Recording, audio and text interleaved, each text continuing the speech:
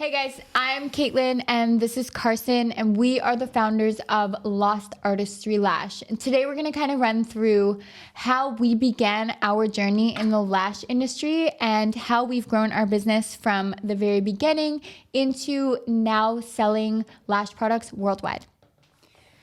So the first thing that we're going to touch on is exactly how Caitlin started her journey, because I didn't start the company with her. So we've been together through the entire thing. I've been in the background supporting her wherever I can, but her journey really started as a lash artist without me. Just me in the background supporting, and it slowly evolved into me being more involved in the day-to-day. And I eventually left my full-time job to join up with Lost Artistry Lash, and I came through maybe partway through the journey. And so the start of Lost Artistry Lash was why? Why did you start lashing? Why did you get into eyelash extensions?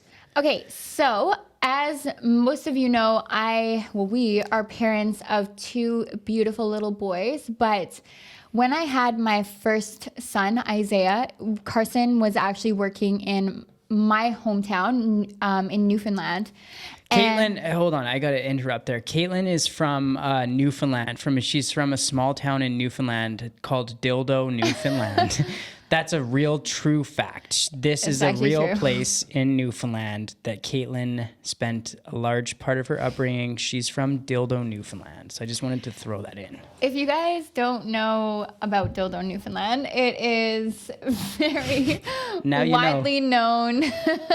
Thanks to Jimmy Kimmel, he very seriously tried to become the mayor of Dildo, Newfoundland, like very recently. But anyways, that's another story. You put Dildo, Newfoundland on the map. Oh, dang. Okay, no, back to the serious stuff. So Caitlin was actually living here, and when she got pregnant with our first son, Isaiah, we moved back to Newfoundland for the family support. That's where all of her family's from, in a small area from Newfoundland. So we moved back there, and at the time I was in oil and gas. I was in material management. So I managed warehouses in oil and gas, and I was doing a project in Newfoundland in a very small town for an offshore drilling rig. And Caitlin was at home with our brand new baby in a very small town called Marystown. So we were doing a project in Marystown. There's only a few thousand people in Marystown and not a whole lot to do there. And at this time, lash extensions weren't, at least in Canada, they weren't mainstream. So Caitlin didn't even know what lash extensions were. And I'll let you take the floor and explain why and how you ended up getting into eyelash extensions. So basically, my first passion, I'm passionate about the beauty industry just as a whole, but I have always been in love with hairstyling. And I especially have fallen in love with very meticulous and tedious details associated with the beauty industry. So I was often known for doing photo shoots and hairstyling for weddings. And basically, I really liked updos and stuff like that. So anyways, I was at home and kind of a little bit bored, I would say.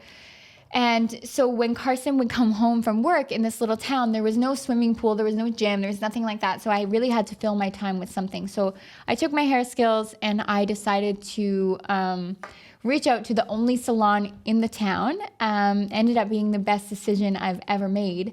But I ended up working there on my spare time, and in this little tiny salon, the owner, she reached out and she was like, "You're so good at these little details." She's like, "You would like this thing called eyelash extensions." And I was like, oh, what? Wait, shout out to Tilly. So it's Tilly's Salon. Tilly's Salon in Love you, Tilly. Marystown. Tilly's Salon. She really skyrocketed Caitlin's career. I love Tilly. She's the sweetest thing ever. So just back to the origins, Caitlin was at home. I was doing like 16-hour days at work. So Caitlin was at home with a brand new baby in a place that is minus 40 degrees with 100-kilometer-hour winds and 10 feet of snow on the ground kind of thing. So she was at home all day with a brand new baby, and she needed something to do in the evening. So she started working at Tilly's in the evening just to get her out of the house and to get her doing something. And then Tilly actually is the one who introduced Caitlin to eyelash extensions, and Caitlin didn't even know what eyelash extensions were. This was like 6 years ago or something, I guess now. So Tilly and I made this fun little I guess, verbal agreement that if she taught me how to do eyelash extensions, then I would do them out of her salon. And then it was totally open. She just had faith in me that I would do well. So I went on my journey to learn how to do eyelash extensions. And if I'm being 100% honest, I definitely thought I was a lot better than I was. I had so much to learn, but yeah, I learned a lot from that place, and she really just let me jump into it. And I realized very quickly that I absolutely loved doing them. So anyways, we moved from Marystown once Carson was done working there, and we moved to BC, which is where we live now. And in the beginning, again, a mom at home. Carson was still working. He was actually working in Fort McMurray, doing the same kind of job there. While I stayed at his mom's house with our son. And I, again, wanted to keep busy. I'm someone who loves working. I take a lot of pride in what I do when it comes to work. So I really wanted to keep busy. And I started by putting a little post on Craigslist about doing eyelashes in Comox. And it was more of a success than I had ever imagined it would be. I did lashes on Carson's mom's couch, and when I wasn't doing lashes there, I would actually drive and do home services, which in hindsight was actually pretty crazy. But I did it. I would go to people's homes and do lashes on their couches. And I clearly didn't understand the importance of good lighting, but I made it work somehow. Yeah, I just want to hop in there too and note that a lot of times I think that just people in general can kind of, there's saying paralysis by analysis, and you can kind of paralyze yourself in thought and fear of things aren't good enough and your business isn't legit enough to start. Caitlin was doing lashes on my mom's couch. We had actually, so the part that Caitlin didn't mention is that when she was doing this, I actually got laid off. There was an economic downturn.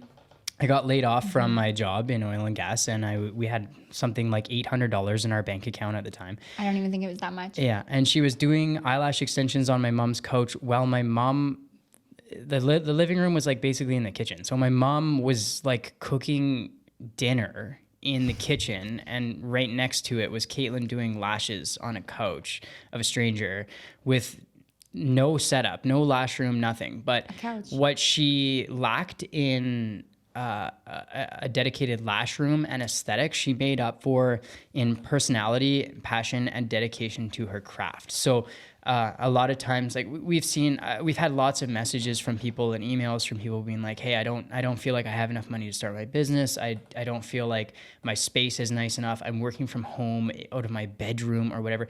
That's totally fine. That's where Caitlin came from. And a big part of the success that Caitlin's seen in the industry is by following the concept of minimum viable product. So we have a video on the MVP concept, and I would encourage you to read up on the MVP concept. There's a ton of information out there on this, and Caitlin didn't have much to offer in terms of the space that she operated in, but she was at a point where she was fully booked and had return clients after return clients after return clients, even though she wasn't nearly at the level that she is now. And even though, like, my mom was in the kitchen like 5 feet away cooking chicken. I actually had a notebook that didn't even have dates in it. Like, you know, you have like your little calendar book and you write in like what you're going to do each day. Well, I had an exercise book, like an actual notepad that had no dates or anything. And I would write in like January 1st, January 2nd. Yeah. And then I would write my clients in there because I was like, well, you know what? Like, it doesn't matter. I'll just do that. And it somehow worked, and clients still came to see me. And it was actually kind of fun, but it was cool to grow from there. And we finally got our own place.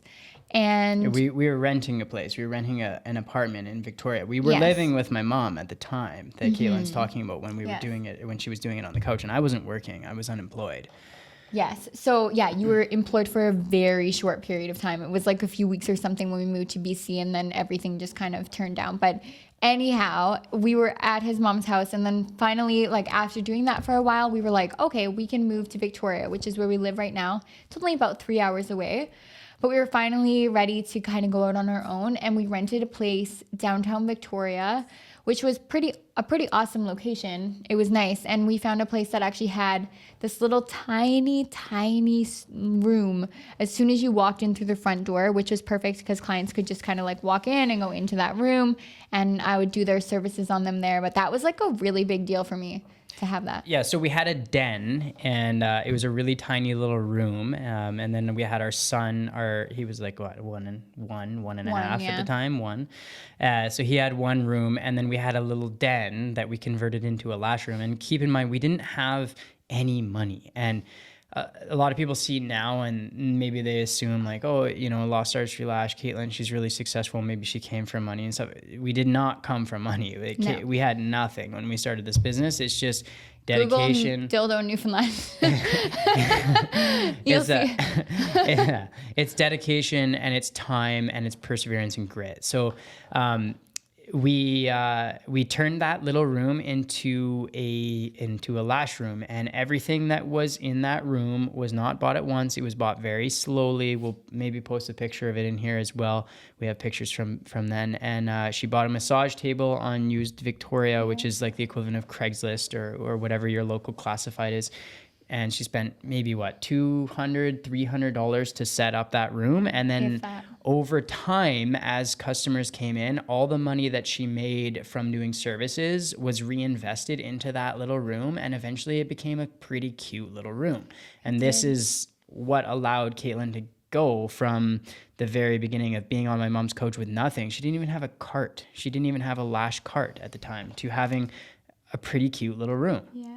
Actually, on that note, with building clients then, it was so crucial that I built clients when I came to Victoria, because of course I lost everyone that I had built while lashing on Carson's mom's couch, but I had faith that I could do it.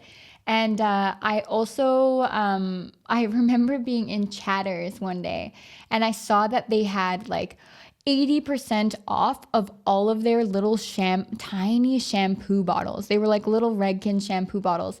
And I scooped so many of them into my cart, and I was like, perfect, I'll buy all of these. And my thoughts were that I would put a little tiny bottle of shampoo and a Hershey's Kiss with my business card and in each little bag, and give it out to my customers as a incentive for them to come back. Like, remember me, please come back. And it actually worked. Yeah, so Caitlin, in order to accumulate a full clientele in a new city, I mean, we didn't know anyone when we moved here. We didn't have any connections. It's not like one of those situations where it's like, well, my sister was here and my mom was here, so they would refer people. No, Caitlin had to start from the ground up. So Caitlin did a lot of that kind of stuff, like incentives to come back, and even approaching people in the supermarket. There's been, even now, like a month ago, we were in the grocery store, and Caitlin, the teller, had nice eyes, and Caitlin's asking her to do eyelash extensions on her. So Caitlin was doing all sorts of things like that in order to get people in the door to build up her portfolio. And then she was utilizing all of the free classifieds in order to get clients in the door. And it was a grind. It wasn't like it just all of a sudden filled up. She was posting tons of things and doing little incentive things like this. You had at one point, actually I forgot about this, but at one point she had a referral thing. So it was like, I don't remember what it was, but it was like you refer 3 people and you get your fourth, you get a free fill or something. Yeah, you refer 3 people and then you get your fill, like you get a fill free. So I would like keep notes of all the people who referred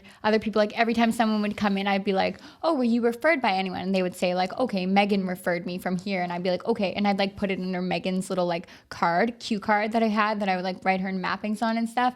And I would also, one thing that I found built the business, I think it was probably the best decision that I've made when it came to keeping clients, was being open with them. And after every appointment, I would be like, hey, can I just like kind of creepily stare at you for a minute? And they'd be like, okay.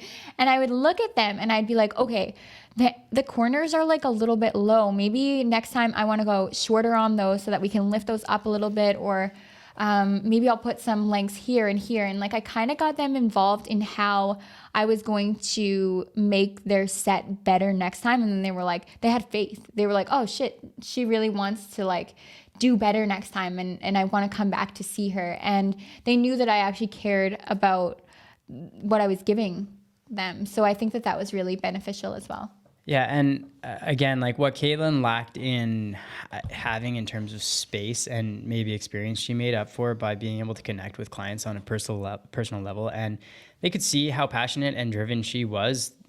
So even though at the time, I mean, you were still fairly new. I remember even Caitlin came home and she was all excited and she showed me some work that she did, and I didn't know anything about lashes at all. And I remember asking her, are eyelash extensions, are they supposed to be going in all sorts of directions? Like she had eyelashes pointing everywhere, and she just confidently told me that she didn't fully understand direction at the time, and just confidently told me, no, that's the natural direction of their eyelashes. That's how it's supposed to look. I had no idea. I was like, these are the best. But even with that, I mean, and she didn't have the experience to understand direction and how to correct those kind of like snaggly eyelashes. I was confident though. And you gave a good service, so people still wanted to come back. You don't have to be the best to grow and build a full clientele, is my point. Just be honest, really. Like, just be honest at where you're at. I think under promising and overachieving is definitely the best strategy. Like if I knew that I was going to take 4 hours on a set, I would tell someone that I was going to take 4.5 hours so that they were prepared and they were like, okay, cool, no problem. And then, if it takes me 3.5 hours, then it's a bonus. So, yeah, kind of flowing with that. So from there, you want to talk about how we moved from our little den to the salon, which still operates, and it's been operating for a few years now. I love Lost Artistry Salon so much, but yeah, a lot of people don't realize that we actually own a salon. Yeah, and the salon is so special. Every time I walk in there, I have such a nice feeling. But anyways, so obviously we ran out of our little tiny space, and I got busy. I got really busy, and I actually met along the way 2 really good friends who also did lashes, and Carson worked at this awesome place, and the owner of the building was like, all of a sudden had this space available upstairs in their area, and he was like, Caitlin, you might actually really like this space. And I was like, well, I would love to move forward with this and like kind of move this into a further direction. And I had these 2 girls who also did lashes that I was like, maybe I can spin it to them. Maybe they would like to work there, but I wasn't sure. Anyways, I walked into this space and I fell in love. I was like, this is beautiful. It was perfect, but it needed a lot of work. Yeah, I'll just cut in there and say maybe it wasn't beautiful at that moment, but it had serious potential. Yeah. And like we both recognize that not everyone is going to have this kind of opportunity, and that the place that I worked, the owner of the place that I was working actually owned commercial businesses, and it came up like this. But everything happened really organically for us. It wasn't forced, but that doesn't mean that there's not a ton of opportunity out there. You just have to go looking for the opportunity and find it. And what we turned that space into is nothing like what it looked like in the beginning. So we had to do a lot of work to turn it into what it looks like now. It's true. So it was beautiful to me because I came out of, a little room. I was like, this is amazing. It had sunlight. We didn't even have a room in our little room, but to me, I saw, holy smokes, like this is amazing. And we got such a good deal from the owners of the building. We got so lucky there. But anyways, we saw this room and it definitely wasn't beautiful. Actually, if you Google Lost Artistry Salon, you will see the outside of the building and you can tell kind of what the building is, but it ended up turning into such a little gem. We turned that place into a beautiful salon that grew from just me kind of working in there to having, now we have 7 people who work at Lost Artistry Salon, and it's transformed hugely. Yeah, and it was scary for us too. Like, I don't want to make this sound, and I don't want it to come across like, oh yeah, we just hopped right into the salon, True. No big deal. Like, there was a lot of fear. There was a lot of back and forth. Should we do this? Should we not do this? Like, we didn't have very much money. Every bit of money that Caitlin made had already, this whole time, we've just been putting any money we made back into our various businesses. So to do this, we were even overextending ourselves to a degree. And the salon, followed the exact same concept of the whole minimum viable product. We didn't start the salon with a bang. It wasn't beautiful out the gates. It was a work in progress. So my dad and I actually did a lot of the physical labor myself. Can I butt in there for a second? Yeah, of course. Okay. In the salon, I did quite a few clients in the salon before it was done. And all of those clients have come back and been like, how did you pull this together? There was a bed inside of basically a construction zone, and it was not ideal. Yeah, so that follows and stays true to the whole MVP concept, is that you kind of go in with bare bones, but what you lack in space, you make up for in service, and you just explain to your clients. It was like, at the time we talked a lot about this, and it was like, okay, we're in like this empty space that needs a ton of work done to it. Like it looked nothing like what it does now. The outside of the building isn't very nice. When you walk in, it's really nice because we worked on it over a period of months. But Caitlin explained that to her clients and said, hey, you've been with me since I was in this den at my house, and now we're transitioning and we're growing the business. So bear with us over the next few months. We're going to be renovating this place. And then she got the input from all of her clients as well, because we obviously have our own bias and our own interests. And we think, hey, like, this is what I would want to see in a salon, but that might not necessarily be what your clients want out of the space that they're coming and getting their lashes in.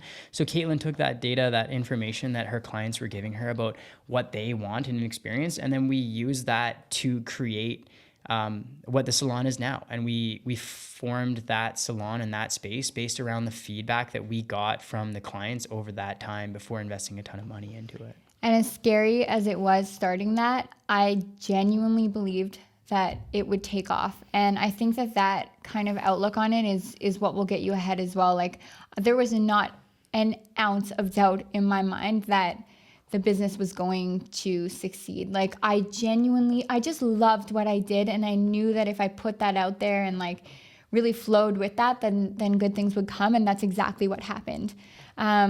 So basically we spent months getting it together, and I worked in there by myself in the construction zone because we didn't say this, but we actually just had our second baby, and he actually took over the lash room. So there was a 0% chance that I could lash from home anymore at that time anyways. So we were kind of forced into it, really. But yeah, I worked from there for the first little while when we were renovating by ourselves. And then those two girls that I had mentioned in the beginning came on board, and they were our first two chair rentals. Yeah, and so on that note, the growth of the business, the growth of your business, and even still with us right now, it doesn't happen while you're working in your business. It happens while you're working on your business. So the time that I was in there with my dad, building stuff, and I was still working a normal job, and I would go in there in the evening, and Caitlin was at home when our kids were sleeping, and she was searching for things online to decorate it. And she wasn't building her business while she was doing lash clients. And that's a misconception that I think a lot of people have is that your business is just going to grow from doing whatever you're doing, whether it's lashes or whether you're a personal trainer, whatever you're doing. You need to grow your business outside of the time that you're working directly in your business. So that's how it grew, is all that time in the evening is when it grew. Actually, at that time so before we even started Lost Artistry Salon, in the evening, we would actually sample products. Basically, as we talked about before, MVP concept, we wanted to cut our costs as much as we could. And by trying different products and stuff, we were trying to save ourselves money in the long run, really, by finding our own products and like also finding products that we loved, because that's a big thing too. I found it was really hard to find a brand of lashes that I loved every single product. So I kind of wanted to make it my own and kind of complement my clients' needs through my own brand of lashes. But this took ages. We tried so many different things, and I would test them, and so many things I would throw in the garbage. But this whole time, from just working in our little space and into the salon, we were trying new things and testing new products. Yeah, so this goes into the next stage, and that is starting the Lost Artistry Lash product line. And a lot of companies that exist, they have a similar story to us in why they started their product line. And that was trying to, well, have a product that they loved every single part of it, whether it was volume or cleansers or whatever. Have something that you truly believe in every single product, and also to save money on overhead and to save money on your products and stuff. And that's really where Lost Artistry Lash started. There's a lot of kind of, I guess, secrets in the industry or unknowns and stuff, but the reality is that every lash brand uses a variety of manufacturers to produce their products. It's no lash company is producing the lashes and the products themselves. Not in their warehouse. Yeah, so we started the lash line and the product line out of a need to lower Caitlin's salon expenses. Especially because I had all this overhead cost now that I had our little salon, and I was like, oh, I need to like cut things down as much as I can, cut costs down wherever I can. So we tried a lot of things, and it took years. I'm not exaggerating in that. It took us probably, how many years do you think, 2 or 3 years? Yeah, it took to really fall in love. It took about 2 years. And I would encourage anyone to go out and follow this same goal, and to if you want, if that's your goal, then great. And I would encourage you to do the same thing.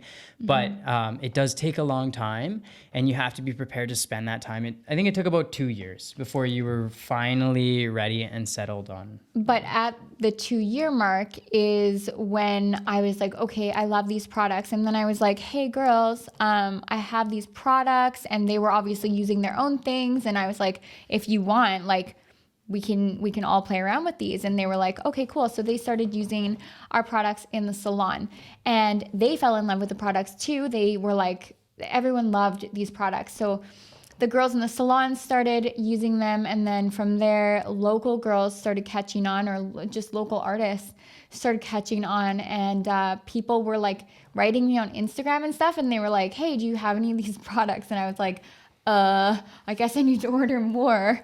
And actually, that's how the brand started, is because we were selling so much locally, and I was not able to keep up with my clients and responding to all these people who were wondering what my price list was and like all of this stuff for these products. So basically, I said to Carson, I was like, hey, I'm in over my head here. Like, we have so many people who want these products, and I don't know if I can keep up with these. Can we maybe make a website? And our thought was never to turn into what we are now, but it kind of just organically grew into that. Like, the girls locally were going to buy our products, and then actually in the first day that we launched our website, we were like, we're not going to get any sales. And how much sales did we get that day? I got a couple $100.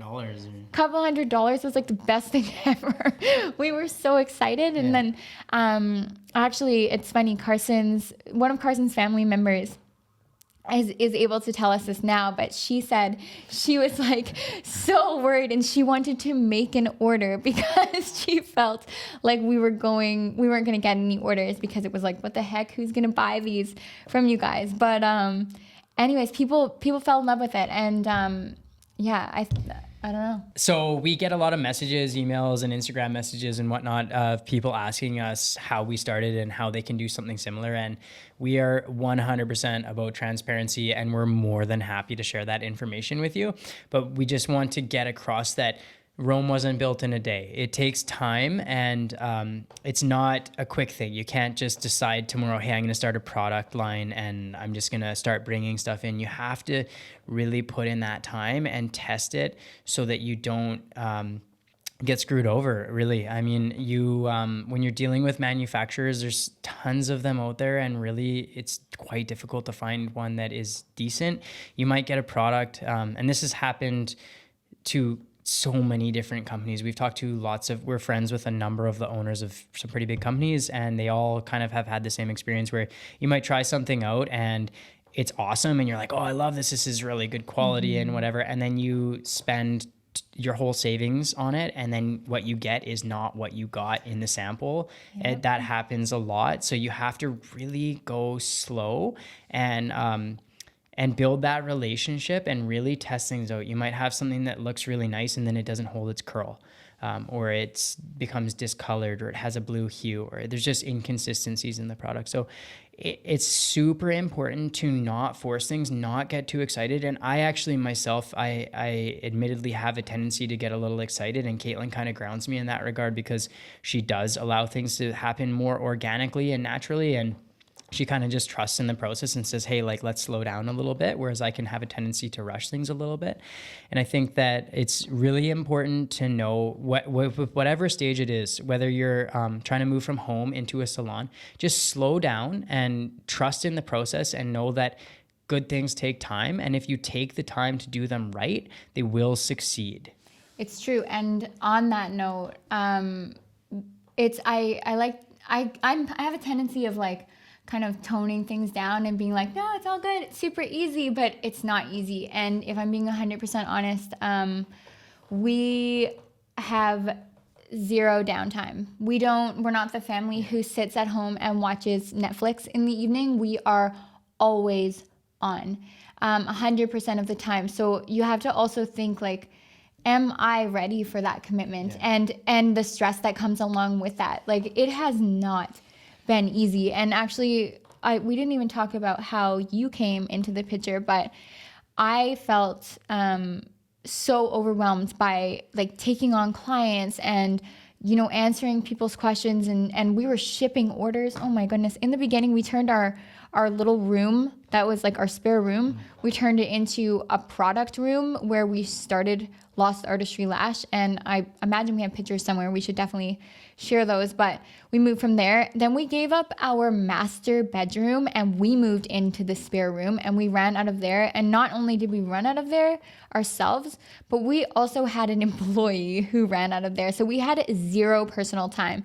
I'm talking like our kids are running around the house and there's an employee working in that room, getting orders ready and asking us questions. And then in the night, we're like trying to fulfill orders ourselves till sometimes like 1-2 o'clock in the morning, and then getting up at 6 a.m. with our kids.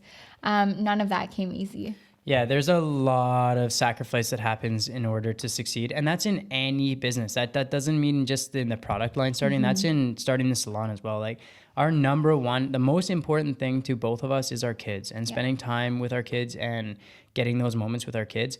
And in order to do both of those things, it means that you can't have a life outside of that. No. Like Caitlin was doing 16-hour days. She was doing clients, and then she was responding to emails, and we were shipping orders, and we were, we gave up all of our space. When we started filming, we were filming out of what originally was our bedroom, and then that turned into a space that we were filming out of. And then, we were fulfilling orders out of our den. And then a lot of hard work is involved in success. There's no brand that exists right now didn't come without a ton of hard work. And that doesn't mean that, like, some people might say, oh, the lash industry is a little saturated, it's hard to get into. It's not. There's still a ton of opportunity for you to start your brand tomorrow. It's just that you have to be willing to sacrifice, take some time, and just really, really work hard, and you can do it. And that's saying that as a lash brand, like, there's lots of room in the industry for more and new lash brands to come on board.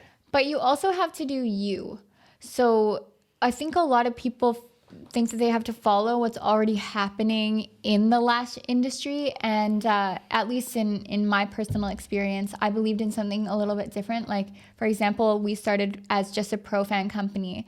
And that was because I believed that there was a need. And I saw the benefits that came from pro fans. So I really kind of pushed that. And then we've kind of grown from there, and then into obviously the education side of things as well. But I think that you have to just kind of flow with who you are and what you bring to the table and make that your own. And people will follow that. As long as it's genuine and it comes from a good place, then the possibilities are endless. Yeah, and I just want to elaborate on what Caitlin just said in regards to pro fans. That's what we call them here at Lost Artistry, but in the industry, there are some people that refer to them just as pre-fans. The reason we refer to them as pro fans is that pre-fans are kind of still less now, but they were associated with those cluster lashes, but pro fans are made by hand. But some of you may know them as pro fans, and so or pre-fans, so that's what we started with, just a line of pre-fans or pro fans, and that was our unique selling selling point. Like that was our USP. And so that's what helped. You don't just follow what everyone else is doing, carve your own path and just stay dedicated and know that it will work out if you work hard and you'll be successful.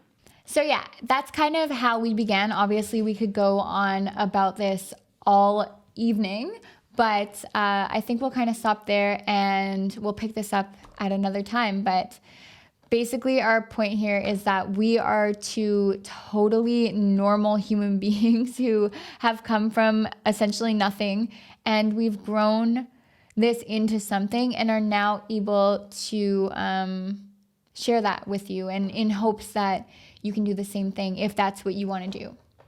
Yeah, so like Caitlin says, work hard, believe in what you're doing. You don't need any special advantages in your situation to make something come of your business. Just stay true to your business, be dedicated, and work really, really hard, and just stay at it. And you'll get there wherever it is that you want to be. Yes, and don't give up either, and don't think too big. Think about what your next step is, and then what your next step is, and then what your next step is, and before you know it, you have all of these followers and a brand and a business that is ideal for you. I just quickly I know I'll end right away, but a year ago we had 0 followers on Instagram, and now we have just about 50,000 followers, and that started from nothing, and it was 1 year ago that we did that. So if you're dedicated to it and you believe in it, you will get there, just like we did. Thank you so much for listening to our podcast today. We hope to do this a lot more frequently. I actually really like it. It's really fun. Yeah, I also really like it. I'm just going to throw that out there. This is only our second podcast, and it's a lot of fun. And I have an infinite amount of things to talk about. So thank you so much for listening today, and I hope that you join in next time. Hey guys, this is Carson. You're not. Well, last time I checked that. Hey guys, Carson Ryan here. I grew a overnight. We actually, Hello. you know that like movie where they switch bodies? Freaky Friday. Yeah, Freaky Friday. Of course. Yeah, it's got Lindsay Lohan and. Yeah, we Freaky Friday. I'm Carson Martin. This is Caitlin Elford with you today. We Freaky Friday. I wish I would be doing all sorts of things. I wouldn't be doing a podcast right now. I could tell you that much for free. Actually, me either.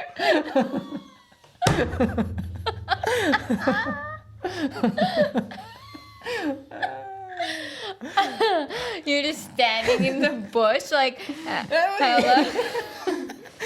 What the hello? Oh, hello there. Oh, wow. Refocus. Let's try that again. That's our intro.